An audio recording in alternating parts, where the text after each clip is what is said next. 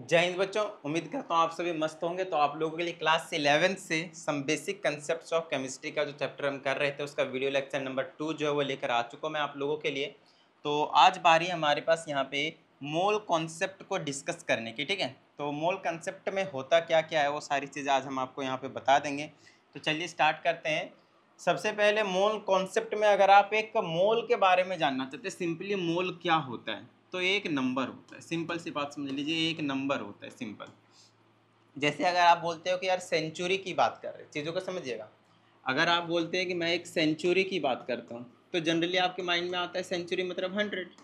तो आपने सेंचुरी का मतलब 100 बताया, राइट। तो ये भी एक नंबर है जिसे आप सेंचुरी कह रहे हैं।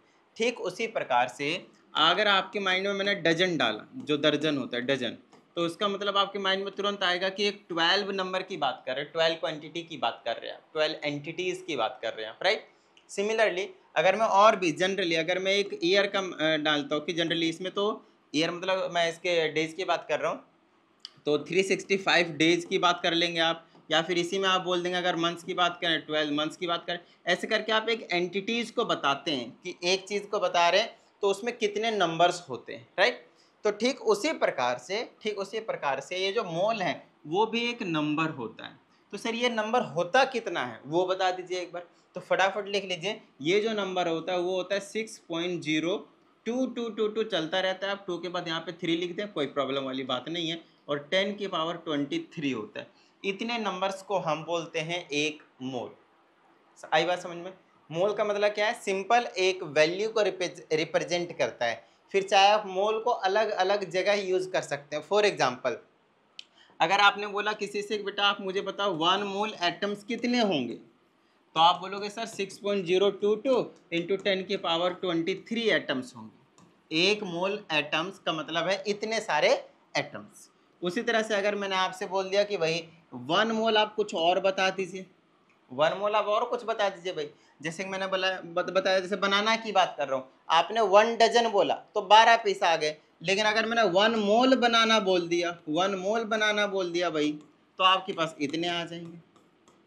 10 की पावर 23 बनाना, 23 बनाना है भाई, लो कुछ इस तरह की कहानी आ जाएगी आपके पास। तो आप चीज़ों को समझिए यहाँ पे हो क्या रहा है। एक मोल का सिंपल सा मीनिंग है एक कोई नंबर है, ठीक है। वो नंबर आपको एक क्वांटिटी को, एक एंटिटीज को रिप्रेजेंट करने के लिए हम यूज करते हैं, ठीक है। चलिए आई होप आपको 1 मोल की जो वैल्यू है वो याद रहेगी, ठीक है। आप यहाँ पे 3 भी कर सकते हैं, इसको ध्यान में 3 भी लिख सकते हैं, यहाँ पे भी 3, कोई दिक्कत वाली बात नहीं, वो राउंडेड ऑफ, ठीक है।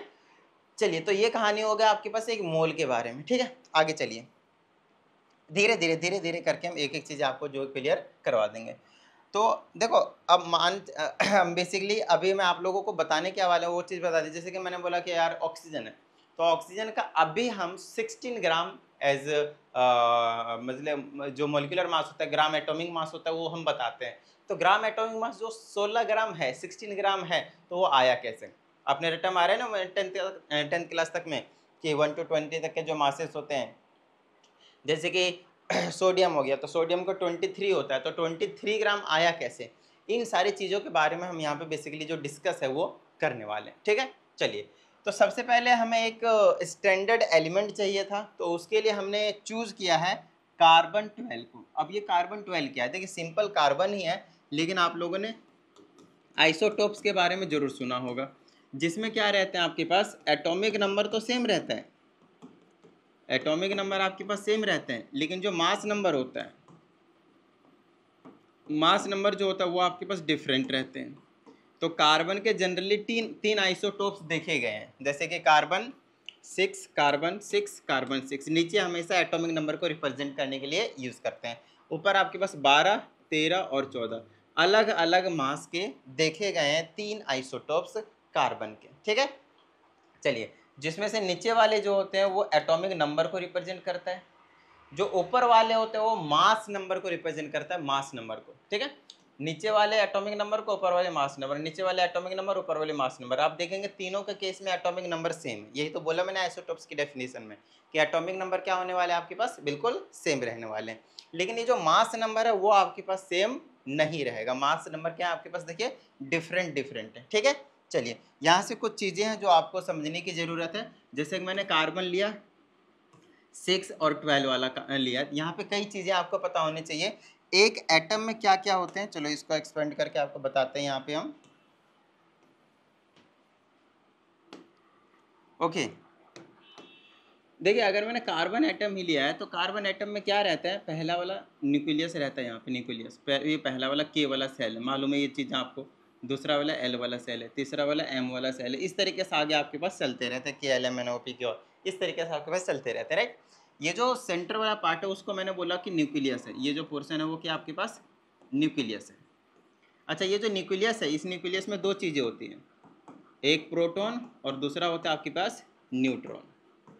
एक होता है प्रोटॉन और दूसरा होता है न्यूट्रॉन, ठीक है। अच्छा, जो मास नंबर होता है, मास नंबर, पूरे एक एटम का जो पूरा मास निकाला जाता है वो इसी पे डिपेंड करता है कि उसका न्यूक्लियस कितना भारी है, क्योंकि बाहर जो इलेक्ट्रॉन्स घूम रहे होते हैं वो जनरली बहुत कम मास को ऑक्यूपाई करते हैं, इसीलिए हम उसके मास को कंसिडरेशन में नहीं लेते हैं। अगर एक मास ऑफ एटम की बात करते हैं तो आप सिंपली जोड़ेंगे नंबर ऑफ प्रोटॉन्स और प्लस में number of neutrons, number of protons plus में नंबर ऑफ न्यूट्रॉन्स। ये बेसिक चीज़ें मैं आप लोगों को भी बता रहा हूँ, बड़े मतलब काम की चीज़ें आप कह सकते हैं, हद से ज़्यादा काम की चीज़ें, यहीं से आप लोगों का जो बेसिक है वो बेसिकली तैयार होने वाला है, राइट। तो अगर किसी का मास की बात करते हैं कि कितना निकल कर आएगा, तो वो डिपेंड करेगा उसके mass of number of protons पे और नंबर ऑफ न्यूट्रॉन्स पे। तो नंबर ऑफ प्रोटॉन्स कितने होते हैं, ध्यान रखना जितने एटॉमिक नंबर होते हैं, अगर एक न्यूट्रल एटम की बात करते हैं तो आपने याद रखना है जो एटॉमिक नंबर होता है उतना ही प्रोटॉन्स होते हैं और उतना ही उसमें इलेक्ट्रॉन्स भी होते हैं, उतना ही उसमें इलेक्ट्रॉन्स भी होते हैं। बात आती है सर हमें न्यूट्रॉन्स कैसे मिलेगा, और साथ में नोट्स जरूर बनाते जाएं भाई, ये चीज़ें ना नोट्स में लिखें ना आपको मतलब कहीं जनरली अच्छे तरीके से मिलेंगे। न्यूट्रॉन्स जो होते हैं वो आपके पास मास नंबर में से अगर आपने एटॉमिक नंबर या प्रोटॉन कुछ भी ये चीज़ें कम कर दिए, प्रोटॉन्स या फिर एटॉमिक नंबर बोल लीजिए, क्योंकि ये तीनों तो इक्वल रहने वाले, इनमें से कोई सा एक बोल लीजिए, ठीक है ना। एक हम न्यूट्रल एटम की बात कर रहे हैं जिस पे चार्ज नहीं है, ध्यान रहे चार्ज के केस में थोड़ा डिफरेंस होता है, इलेक्ट्रॉन नहीं रहते सेम। तो न्यूट्रॉन को हम कैसे निकालेंगे, पूरे मास नंबर में से अगर आपने प्रोटॉन्स को हटा दिए तो जो ओवरऑल बचा वो आपके पास न्यूट्रॉन्स हो जाएंगे। जैसे कि अगर मैं कार्बन 6 और 12 वाले की बात करता हूँ तो 6 तो एटॉमिक नंबर है जिसे हम प्रोटॉन्स कह रहे हैं, तो प्रोटॉन तो भाई 6 हो गए, बीच में प्लस नंबर ऑफ न्यूट्रॉन्स कितने, न्यूट्रॉन्स, अगर मैं न्यूट्रॉन्स की बात करता हूँ तो कितना हो जाएगा, तो न्यूट्रॉन हो जाएगा आपके पास कितना, देख लीजिए अच्छे से, न्यूट्रॉन आ जाएंगे 10 माइनस 10। यहाँ पे क्या बताया आपको, मास नंबर में से प्रोटॉन्स को हटा दीजिए, ये है क्या, प्रोटॉन्स ही तो है, या फिर आप सिंपली इसके जगह पे आप एटॉमिक नंबर लिख लीजिए, कोई दिक्कत वाली बात नहीं है, ठीक है। इसके जगह पे आप एटॉमिक नंबर लिख दीजिए, बिंदास रहिए, कोई टेंशन वाली बात नहीं। तो 12 में से 6 गए तो कितने बच गए, 6, तो यहाँ पे आप प्लस लिख देंगे 6, तो इसका जो मास नंबर आ जाएगा वो आपके पास 12 आ जाएगा। आप इसका मास जो है 12 ग्राम बोल सकते हैं, बट एक्चुअल में ये इस तरह से 12 ग्राम नहीं आया, मैं सही बताऊँ तो। अब कैसे आया वो आपको मैं बताता हूँ। देखिए 6 प्रोटॉन्स हैं और ये 6 न्यूट्रॉन्स हैं, तो भाई एक प्रोटॉन का जितना मास होगा उसको 6 से मल्टीप्लाई किया गया होगा, फिर एक न्यूट्रॉन का जितना मास होगा उसको 6 से मल्टीप्लाई किया होगा, तब जाकर इसको और इसको जोड़कर टोटल आया होगा। तो हम डायरेक्टली 12 ग्राम कैसे लिख दिए, वो चीज़ हम आपको बताते हैं। क्योंकि जो एक प्रोटॉन का मास होता है, लिख लीजिएगा यहाँ से नोट्स बनाने वाली बहुत सारी चीज़ें हैं, जैसे ये इंपॉर्टेंट चीज़ें बता दी मैंने, ये इंपॉर्टेंट चीज़ें बता दी मैंने, किस तरीके से प्रोटॉन न्यूट्रॉन इलेक्ट्रॉन निकालते हैं आप। उसके बाद ये वाली चीज़ें, नंबर ऑफ प्रोटॉन्स न्यूट्रॉन। अब मैं इनके मास बताने जा रहा हूँ, बहुत ज़्यादा इंपॉर्टेंट है, तीनों का मास बता रहा हूँ, लिख लीजिएगा, प्रोटॉन, न्यूट्रॉन और इलेक्ट्रॉन। प्रोटॉन का मास होता है 1.672 इंटू 10 की पावर -27 kg होता है, लेकिन अगर आप इसे ग्राम में लिखेंगे तो माइनस का 24 ग्राम हो जाएगा, क्योंकि हम यहाँ पे जनरली ग्राम्स में डील करेंगे, ठीक है। अच्छा, नेक्स्ट होता है न्यूट्रॉन्स का मास 1.675 होता है, तो अप्रॉक्सीमेटली ये दोनों ही आपस में एक दूसरे के लगभग इक्वल है, देख लीजिए, तो इतना कोई दिक्कत नहीं है, अप्रॉक्सीमेटली हम इक्वल मान भी लेंगे। अच्छा, इलेक्ट्रॉन की अगर हम बात करते हैं तो उसका मास होता है 9.11 इंटू 10 की पावर माइनस का 28 होता है, लगभग 10,000 टाइम्स छोटा हो रहता है, कम रहता है मास इलेक्ट्रॉन का। और इसीलिए इसी रीज़न से एक एटम का जब हम टोटल मास की बात करते हैं तो जो न्यूक्लियस में होते हैं प्रोटॉन्स और न्यूट्रॉन, तो सिर्फ प्रोटॉन और न्यूट्रॉन के ही मास को हम कंसिडरेशन में लेते हैं। जो बाहर इलेक्ट्रॉन घूम रहा होता है 6, पहले वाले सेल में 2 इलेक्ट्रॉन और बाहर वाले सेल में उसके 4 इलेक्ट्रॉन, तो हम उनको काउंट ही नहीं करते इलेक्ट्रॉन के मास को, क्योंकि वो लगभग लगभग नेग्लिजिबल हो जाता है, बड़ा कम हो जाता है इसीलिए, ठीक है। तो पूरे एटम का जो मास है वो प्रोटॉन और न्यूट्रॉन पे डिपेंडेंट है कि कितने प्रोटॉन है और कितने न्यूट्रॉन है।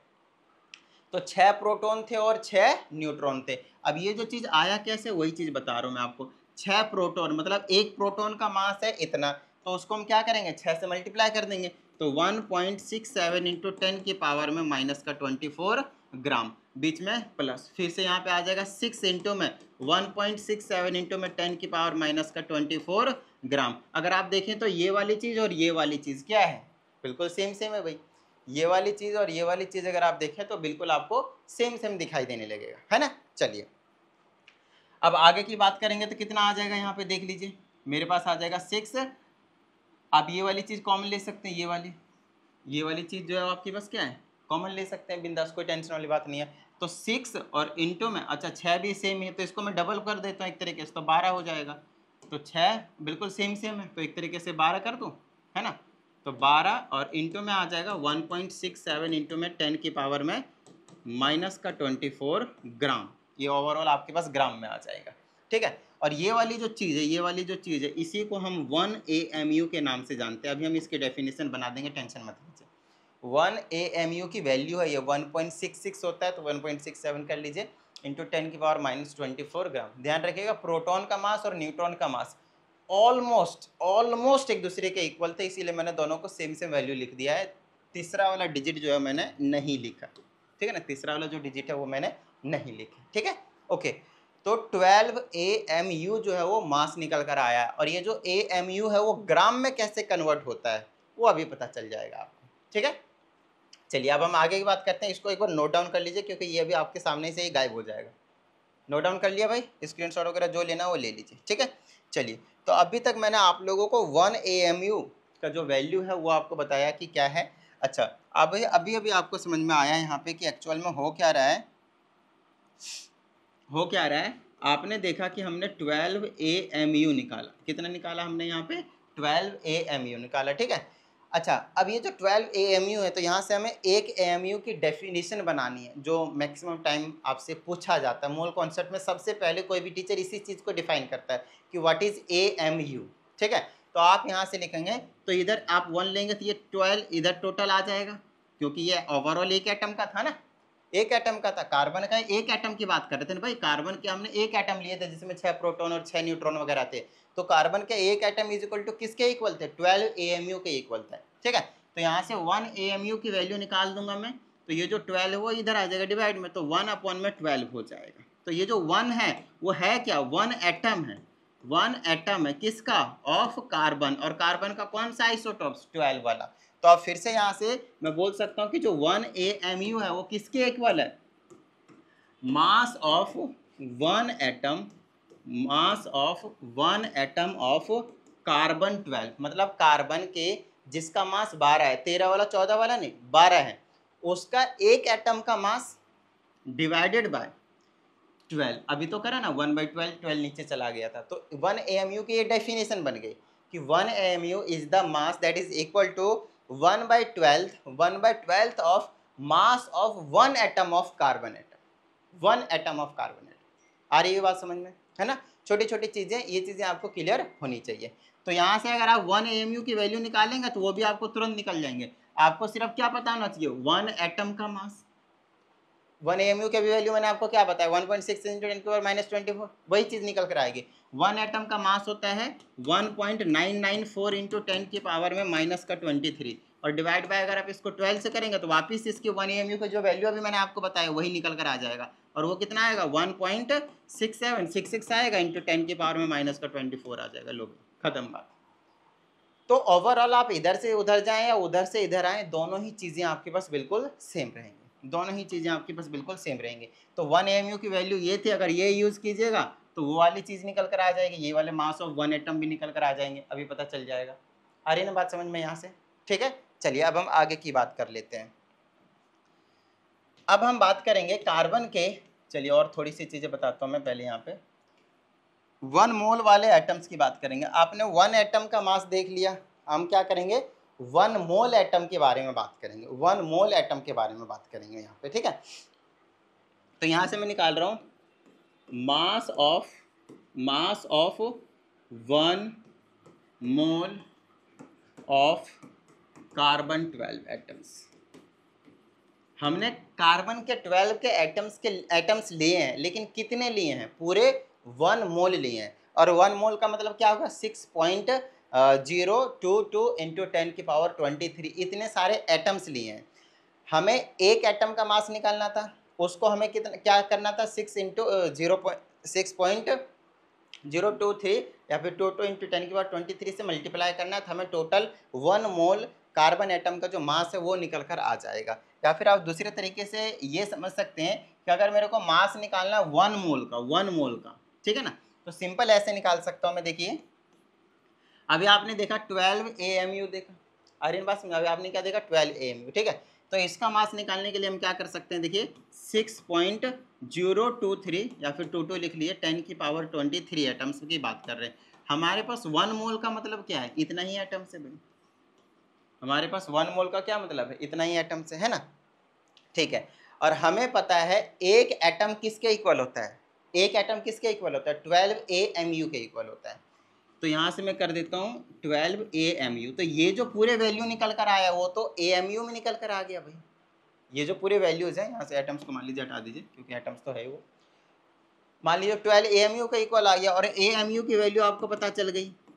AMU की वैल्यू तो आपको पता चल गई ना, तो AMU की जगह रख दूंगा मैं 1.67 इंटू 10⁻24। लो भाई, अब अगर आप इतना ग्राम में आ जाएगा। तो अब अगर आप इन सबको मल्टीप्लाई करते हैं, इन सबको अगर आप लगभग मल्टीप्लाई करते हैं, तो आपको पता चल जाएगा कितना आ जाएगा। ये लगभग 12 ग्राम ही निकल कर आ जाएगा। लो भाई, ये लगभग आपके पास कितना आ जाएगा? 12 ग्राम ही निकल कर आ जाएगा।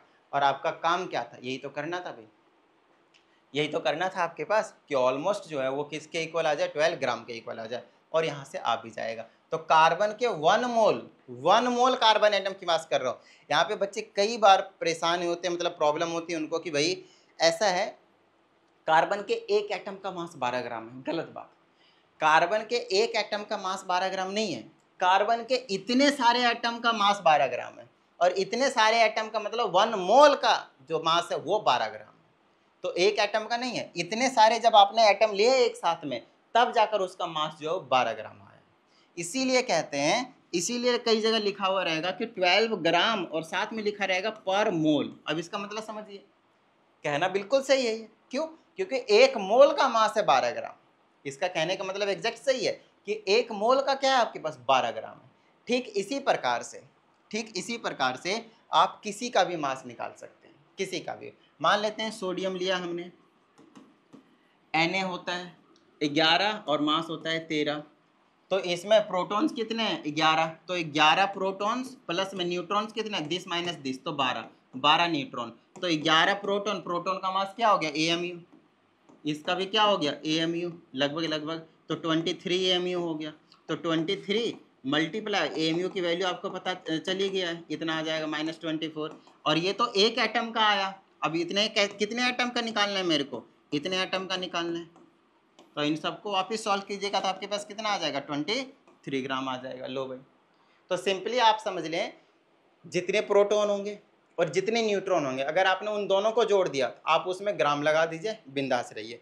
कहीं पे AMU लिखा रहता है, जैसे 23 AMU आया, तो आंसर भी आपके पास 23 ग्राम ही आएगा। बहुत बार बच्चे परेशान होते हैं यहाँ पे, यार 12 AMU और 12 ग्राम इक्वल कैसे हैं? ऐसे इक्वल है क्योंकि 12 AMU की वैल्यू ये हो गई, और आपको पता है ये एक एटम का है, तो इतने सारे एटम का मास ग्राम में होता है।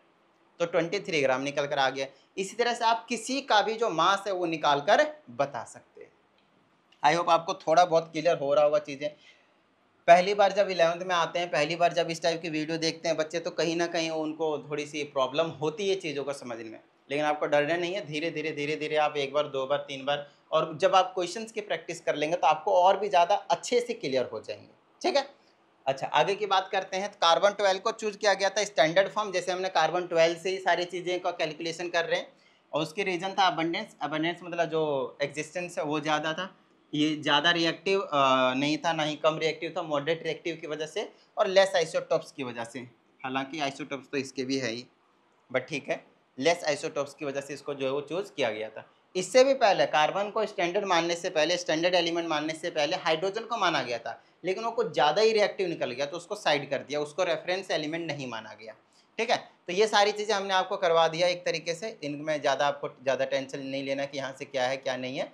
अबंडेंस देख लीजिए, अबंडेंस की क्या कहानी है, how to calculate average atomic masses. तो किसी के एवरेज एटॉमिक मास कैसे कैलकुलेट करते हैं, when there isotopes and percentage are given, abundance are given, कहने का मतलब कितने परसेंट एग्जिस्ट करते हैं वो अगर गिवन हो। जैसे कार्बन के 3 आइसोटोप्स थे, 12, 13 और 14, कार्बन के वो एटॉमिक नंबर तो 6 से ही रहने हैं, कोई दिक्कत वाली बात नहीं है। ठीक है, इसकी एग्जिस्टेंस इतनी परसेंट है भाई, सबसे ज़्यादा एग्जिस्टेंस इसकी है, और दैट्स द रीज़न कि हम इसी को पढ़ते हैं।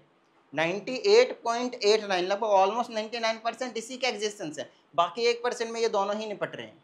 ठीक है ना, चलिए एटॉमिक मास हमें पता है 12 है, इसका एटॉमिक मास इतना है, इसका एटॉमिक मास इतना है, 12, 13, 14 देख लीजिए, वो तो अप्रॉक्सीमेटली, इसको हटा भी दीजिएगा तो उतना ज़्यादा कुछ फर्क नहीं पड़ेगा। ठीक है, चलिए तो इनकी अबंडेंस इतनी थी परसेंटेज में, तो एवरेज एटॉमिक मास निकालने के लिए क्या करना है, इनको मल्टीप्लाई करके ऐड कर देना और कुछ नहीं, इनको ऐड कर मल्टीप्लाई करके ऐड करना है। जैसे इसको मल्टीप्लाई कर दिया, ये देखो बीच में प्लस, फिर दूसरे को और तीसरे को, अबंडेंस और उसका एटॉमिक मास दोनों को मल्टीप्लाई करके ऐड करके सॉल्व कर दीजिएगा। 12.01 मतलब ऑलमोस्ट 12 हो गया। वो यू का मतलब होता है यूनिफाइड मास, और यूनिफाइड मास का मतलब सेम वही है, कोई टेंशन लेने की जरूरत नहीं है। जो ग्राम है आप ग्राम का यूज़ कीजिए। ठीक है ना, पहले ये वाला यू से हम रिप्रेजेंट करने के लिए यूज़ करते थे, तो ये 12 ग्राम आपके पास निकल कर आ जाएगा। ठीक है, चलिए नेक्स्ट है आपके पास 1 मोल। ये जो 1 मोल है वो है क्या, अब वो चीज़ देख लीजिए। 1 मोल का देखिए कार्बन को स्टैंडर्ड माना गया था, तो कार्बन को स्टैंडर्ड मानने के बाद कहता है भाई ऐसा करो, कार्बन के जो 12 ग्राम एलिमेंट वाला है, 12 जो आइसोटोप्स वाला है 12, उसमें कितने एटम्स है वो देख लो, उतना ही हम नंबर ऑफ मोल्स को डिफाइन कर देंगे। नंबर ऑफ मोल्स मतलब 6.023 × 10 के बाद 23 एटम्स मैंने आपको बता दिए, लेकिन वो आया कैसे, जब आपने पता किया कि कार्बन के 12 ग्राम में कितने एटम्स हैं। तो अभी तो वही चीज़ तो बताया था कि इतने सारे एटम्स थे, तो वो चीज़ कैसे निकलेगा, 12 ग्राम को आप डिवाइड कर दे उसके एक एटम के मास से। कार्बन देखिए 12 ग्राम, एक सिंपल सा पहले तरीका समझ लीजिए, फिर आपको ये चीज़ इजीली समझ में आ जाएगा। मान लेते हैं आपके पास 600 रुपये, 600 रुपीज़, आपको पेन खरीदना है। क्या करना है आपको, पेन खरीदना है, पेन। ठीक है, एक पेन 6 रुपीज़ कॉस्ट कर रहा है, 6 रुपये, 6 रुपये। तो आप क्या करेंगे, इसे 6 से डिवाइड करेंगे, तभी तो आपको पता चलेगा आप कितने पेन खरीद पाएंगे। 100 पेन खरीद पाएंगे, 100 पेन खरीद पाएंगे, 100 पेन खरीद पाएंगे, राइट। तो आपने यहाँ पे वो जो किया है वही काम आपको यहाँ पे करना है। आपके पास टोटल कार्बन के 12 ग्राम थे, 12 ग्राम थे, तो आप कार्बन का देखिए कि भाई 1 ग्राम कितना है, सॉरी एक एटम का मास कितना है, तो एक एटम का मास इतना है। जब हम इसको डिवाइड करेंगे तो आपको नंबर पता चल जाएगा कि टोटल 12 ग्राम में कितने एटम्स हैं, तो इतने एटम्स निकल कर आ जाएंगे। और इसी चीज़ को हम कहते हैं क्या, यस, इसी चीज़ को हम कहते हैं Na एवोगाड्रो नंबर। ये जो 1 मोल की वैल्यू है ना, उसे हम एवोगाड्रो नंबर से जानते हैं, Na से रिप्रेजेंट करते हैं। इसके बारे में और भी हम नंबर ऑफ मोल्स वगैरह डिस्कस करेंगे डिटेल्ड में विथ न्यूमेरिकल, बट अभी नहीं, वो अगली वीडियो में।